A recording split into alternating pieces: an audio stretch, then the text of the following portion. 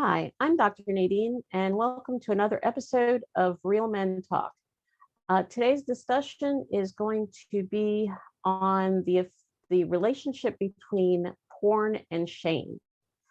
And in my practice, one of the things that has come up quite a bit, no matter what the initiating reason, is that there is a common experience of feeling shame in regards to porn use. And so we want to take a look at in greater detail what's going on and why you feel those feelings.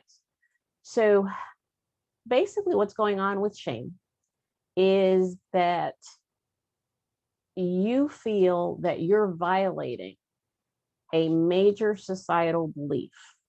And so as a result, shame is about feeling disgusted with yourself or mortified with yourself. And that can originate from a couple of different ways. First and foremost, it's usually in reference to what your belief system is. And what I mean by that is we have, I believe the statistics basically show that 80% of men have watched porn and 50% of church-going men have watched porn. And so for a lot of people engaged in watching porn, their religious doctrine basically says that it's a no-no. And so every time you sit down to do it, you're violating, in your mind, you're violating something that you believe is important. And so there's a certain shame that attaches to the fact that you want to do something that you think is wrong and that you're engaging in something that you think is wrong. So that's one way that the shame is generated. The next one is something that we look at in terms of what does society consider sexual norms. So for example, the subject matter of the porn that you're watching, is it something that you feel if you were caught watching, if somebody knew you were watching it, that would trigger embarrassment and shame for you? And the bottom line is that that's an individual barometer. Only you know what violates what you consider acceptable or socially acceptable. And so it can be anything from, polyamorous situations, anal sex, fetishes, aggression, rape scenarios. All of those various types of presentations in porn, okay, is essentially something that if you believe what you're watching is wrong based on society standards, is going to cause you to feel shame. And so as a result, you have those feelings. Then the next category is, are you violating what you believe your relationship role is? And what I mean by that is, let's say you're involved, you have a significant other. Would they be okay with your porn use? And a lot of times you can be in a relationship and you'll be in a relationship with someone that actually is okay with watching the porn with you. But in reality, you'd much prefer to watch porn alone than to watch porn with somebody. Because, for example, your choice of what you would want to watch is affected by the fact that they're present. That can trigger the feelings of shame. Okay. And then there's also those relationships where you're hiding from your significant other the fact that you're engaging in watching porn, or the quantity of porn that you're watching. Either one of those scenarios will also cause you to feel shame.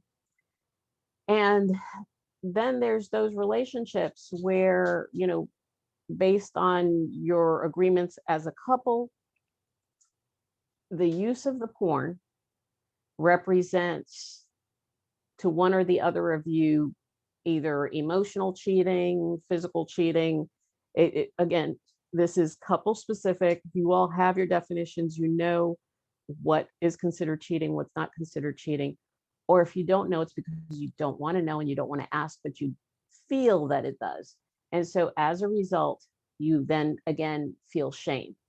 And this, pretty much covers, a short list, a very brief list to get you in touch with where the shame is coming from. Now, the reason we're emphasizing shame is because when men feel shame, it affects all the other avenues of their life.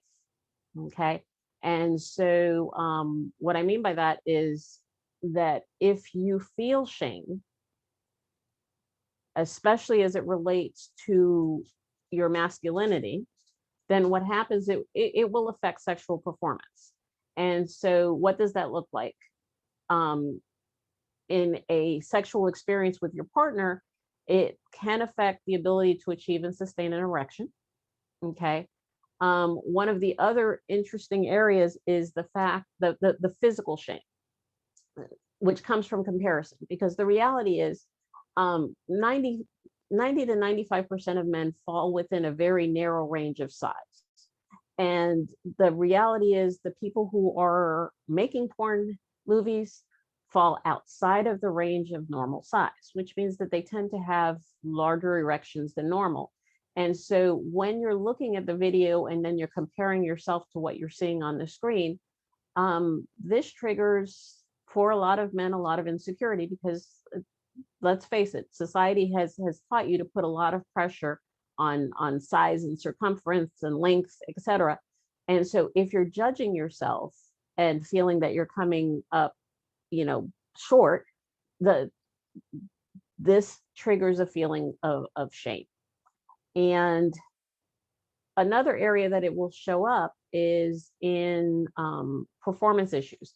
In other words, your ability to control your ejaculation. And so, especially in porn use, the whole experience of premature ejaculation does come into play based on, well, I shouldn't just limit it to premature ejaculation as well. The ability to achieve orgasm is also an issue, all based on whether or not sex with your partner is satisfying, or as satisfying or as stimulating as what you're seeing in porn. And this is a dilemma that all contributes to how you feel about yourself. In other words, I've had men who, they're watching porn and they're watching a lot of it, or increasing levels of aggressiveness in it. And as a result, especially it can happen when you're younger, but it does happen with more frequency as you get older. Their ability, when they go to have sex with their significant other, then either there's an experience, either ejaculating, achieving orgasm, etc. And once that occurs, maybe more than one time, the bottom line is that experience in and of itself is traumatizing. And then you start thinking, you get in your head about it, and you start thinking about it, and you start feeling depressed about it, and all of that creates this cycle that will repeat. In other words, you basically have an erection or an ejaculation issue. And then as a result of that, you experience the depression and anxiety. And because of the depression and anxiety, that then continues. And so before you know it, you're not interested in having sex with your partner because there's too much pressure. And so it becomes easier to just maintain your sexual relationship with the porn in isolation, because then there's no pressure, there's no one to disappoint, there's no one looking. And so the issue for shame and porn for men is a significant one.